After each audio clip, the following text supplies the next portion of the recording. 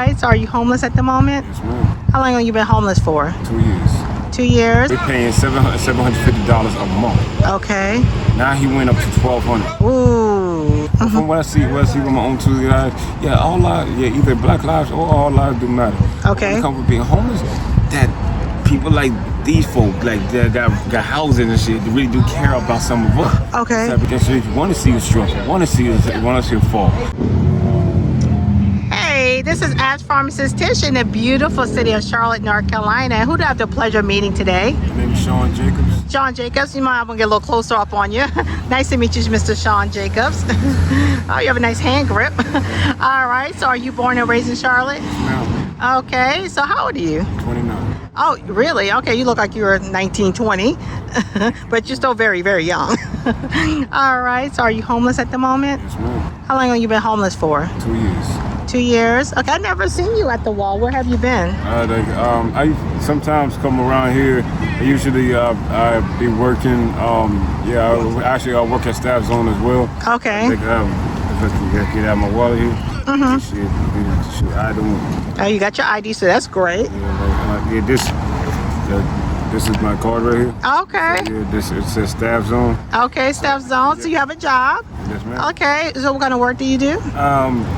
Anything that actually throw me into, like, because it's a temp service. Okay. So, but the main jobs that Staff Zone actually do have you doing would basically be just construction jobs. Gotcha. Like either if it had to be like cleanup, or like for special skills, as they say, would be like pressure washing, using a forklift, or just the basics like just sweeping or digging mud. Right. But that's, I want to commend you for being so forward and, maintaining a job and everything, because being homeless is trauma by itself. Yeah. And it's hard. Like, what do you do after a long day of work? Where do you go? I come over here. Come over here? So, my point is you don't have like a place of comfort to just relax and kick back, after a long day. Hey guys, we're selling t-shirts to help raise money for the homeless. By purchasing this t-shirt, you're supporting the homeless. So please buy one today. So what caused you to be homeless, hon? Well, back in 2020, I was staying up with my mother. Okay. So if you do the math, I was 27 at the time. Okay. So but my mom and I, we were staying together on like that. Like our address was 9607 Vinker Circle. Like it was like we stayed like on the second floor, so we was in Unit H. Okay. Me and her stayed over there for like over. To be honest, we've been like 14 years. We've been over there for 14 years. Around that time too, I was working like at regular jobs. I worked at like Topper's Pizza, Blaze Pizza, Domino's. So what happened between you and your mom? Why did you have to move out, or you got evicted, or what happened? Pretty much both. It was not really much of an eviction. It was pretty much like the landlord. His name's Scott Nivens, by the way. His name not really a secret. Like if we go anywhere from Charlotte to Concord, especially with the housing, going from like somewhere around north side Charlotte, probably like Malley Creek Church Road to University to going down to Concord.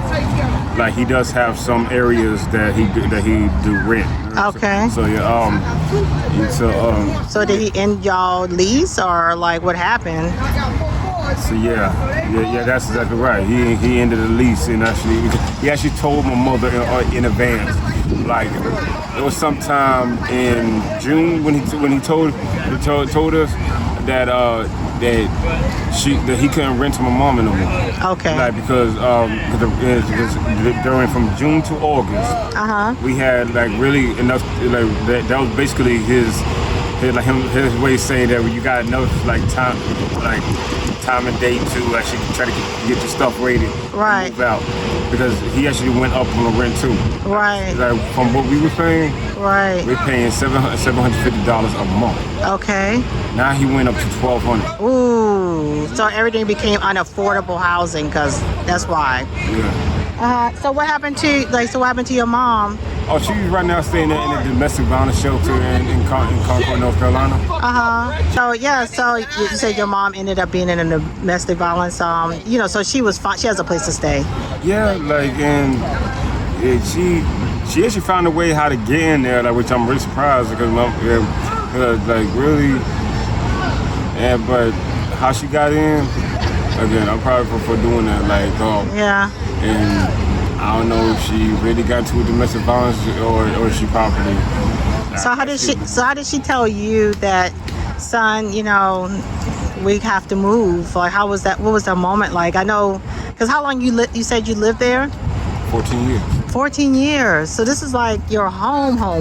Yes. This is the place you came to for 14 years, and all of a sudden he says, "I'm jacking up the rent," and that's that. I'm fine, but I'm doing fine, but not really fine financially. Financially, I'm not doing good. I mean, how is your mental health though? I mean, it has to be. I cannot imagine being in a home for 14 years and all of a sudden I have to go. I mean, and from 700 to 1,200, that's a big jack up. Yeah, all because of that first stimulus check. Like that first. Right. Because apparently. Actually, what happened was that this tenant that I'm talking about, not the landlord, but this tenant. I believe that once the first stimulus check it hit the news, that everybody that was getting a stimulus check, that was getting $1,200. So once he or she found that out, called up Scott Nivens right away and just went ahead and just called him up. Paid him money up front, and he just told my mother, "Hey, look, I'm sorry to say this, but y'all gonna have to move out. Your deadline is on August such day on 2020." So basically, you're saying your mom tried to save y'all from having to move out with the stimulus check. Oh, not just her, me too. You know what I'm saying? But he wouldn't even accept the stimulus check. He accepted that, but wouldn't try to get my mom in. Oh wow. So yeah, So he took the money, but he didn't give y'all no more time. Right. She was trying to show in goodwill that y'all gonna pay the rent. Got you. Yeah. So where do you go at night after you work? After I work, I'll be right here at what we call it's called the morgue. Right. I'll be right there. So you sleep outside? Yeah, with my girlfriend. With your girlfriend. So you do have support. Do you have any children? One. How old is your child? 2. Okay, and where are they? My little girl, her name is Ranice. Ranice. She's with her mom. Okay, so she's okay. Yeah. Okay, I know that's hard for you to have a baby and wanting to have a place for her to come stay and stuff like that, right? Yeah, it really is, especially because my own baby mom, she knows what I'm actually going through. Right. And still, it's the only thing I get out of it is that I'm making up excuses. I'm doing this, doing that, trying not to be a good father, even though I really do try. Hold up. So you're the mother of your child. She knows you're homeless. Yeah. And she still gives you a hard time about not doing X, Y, or Z. I mean, I'm all about women getting what they're supposed to for their children, but certain circumstances need to be overlooked. But at the same time though, she really could. How she was, how she's living now, she's doing good for herself, for herself and for my daughter. Right. And my only thing I'm just concerned about is that as long as my daughter's happy, right, then I'm happy. Are you able to go see your daughter? Yes. Okay, so she do allow, but you just have to hear a lot of bitching. Meanwhile. Again, pretty much. Well, that's the woman's nature. So yeah, it's just, you just as long as she lets you see her, that's nice enough of her or whatever, and because you're going through it right now, so she doesn't need to give you a harder time. Yeah. So what's the worst thing you experienced while being out here? The worst thing? Yeah. I would really say it would be the worst thing because actually I grew up on the east side of Charlotte, so yeah, of course I'm from the hood. But when I saw when there was a shootout over here, Like when? Like a month or two ago. So like but other than that, like they ain't really scared me and then like, but still seeing a lot like more the majority. Now, I ain't gonna say nothing like more like we ain't. That's the thing. Us African Americans, we're not minorities. Okay. We're like, because we're the majority of us that really try to help each other out. But the problem is, with me being homeless, like we all say that all lives matter or Black lives matter. Yeah, I'm pretty much opinionated. But from what I see with my own two eyes, yeah, all lives, either Black lives or all lives do matter. Okay. When it comes to being homeless, it's not really that much of us that actually that people like these folk, like that got houses and shit, they really do care about some of us. Okay. It's like, because it's like, or all of us, basically, just want to see you struggle, want to see you fall. That's why I call most people like really just a crab in a bucket. Okay. I'm not really pinpointing people out specifically. I got you. I'm just saying because what I see.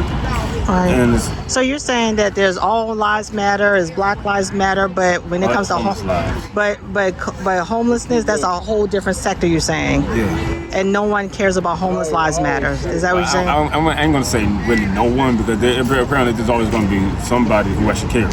So how should the community show that we care more? So what can we do to be a better service to really bring more cohesiveness? Because everyone goes through a difficult time. It just depends on what degree. Hell, show us love, show us some of the support. Like really, not just because not what you think. Show raggedy, like sorry for my language here, but and we're definitely not with the damn raggedy ass shit like men and women shelters.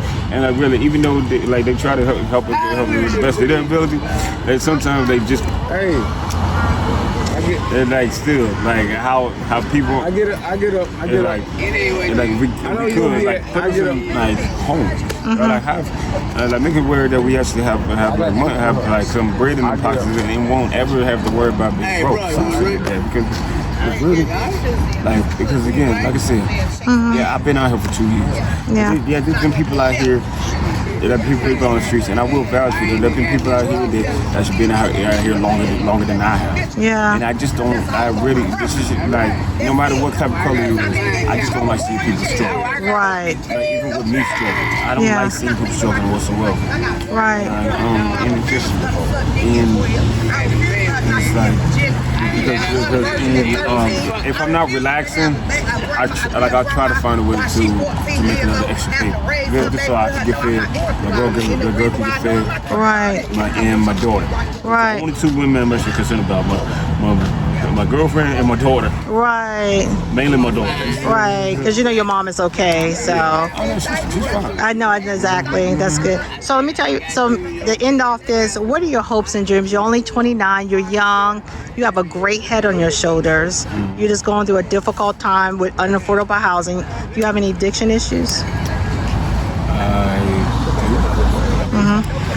Yeah, like I smoke weed. I actually have done crack before. But not that I have done for like a year straight. Yeah. And then I decided to quit doing that and try to. How did you stop? Or did you stop? Working on it? Yeah, more like I feel like I have more the willpower to stop, and I've been trying to do it like on a daily basis. So it's easy and that's the thing too. I was actually thinking about my financial issues too. Yeah. So like, because the more dope old weed I try to buy, like I always be looking at my bank account for like, oh shit. So you're very cognizant. So you don't have a full blown issue or anything like that. Right. Yeah. How's your mental health? Do you have any mental health issues or anything? Actually no. Actually I do. I wouldn't really call it mental health issues. Like more like a mental disability. I've been damn. Trying to speak clearly. Sorry. It's a mental disability called Aspergers syndrome. Right. But I don't see it as a disability. Okay. For me, having this type of syndrome is like I'm really more creative. Right. I try to be more understanding with people. I try to like, even though, but it's like the one thing about Asperger's syndrome, three things that kind of have symptoms. Like we're supposed to have two left feet, like not really good with conversations and just really lazy. Like I'm not that. Right, definitely. Definitely not. You're very very brain opening, very enlightening. All right, so, but what are your hopes and dreams before we close out? What are your hopes and dreams? Being 29, like I was starting off earlier, what are your hopes and dreams for your life, sweetheart? My hopes and dreams? Well, I'm hoping that I would have a roof over my head one day with my name. Right. And really my dreams really is to not really much have a job or more of a career. Okay. I want to trade. Okay. Like because really I got because there's my dad named Sean Jacobs and my brother named Sean Darnell Jacobs. Like shoot, they both does basically house maintenance. Okay. Like, that's their trade. Right. They love to do. That's the career, yeah. So, and I want to try to do something kind of like that, but not like house maintenance. More like I want to see that. For example, here we go. I love to cook. Okay. So, I love to cook, like for real. I like, but even like, especially when I'm in the kitchen by myself, I could really make any type of ingredient that I could actually think of. That's either being high or so broken. So, All right, so to have your own home, to have a place for your daughter, and a place in your name. Pretty much I just want to go to. All right, well, I appreciate your time. I appreciate all the brilliant things you said, and I hope you get housing soon. All right, take care.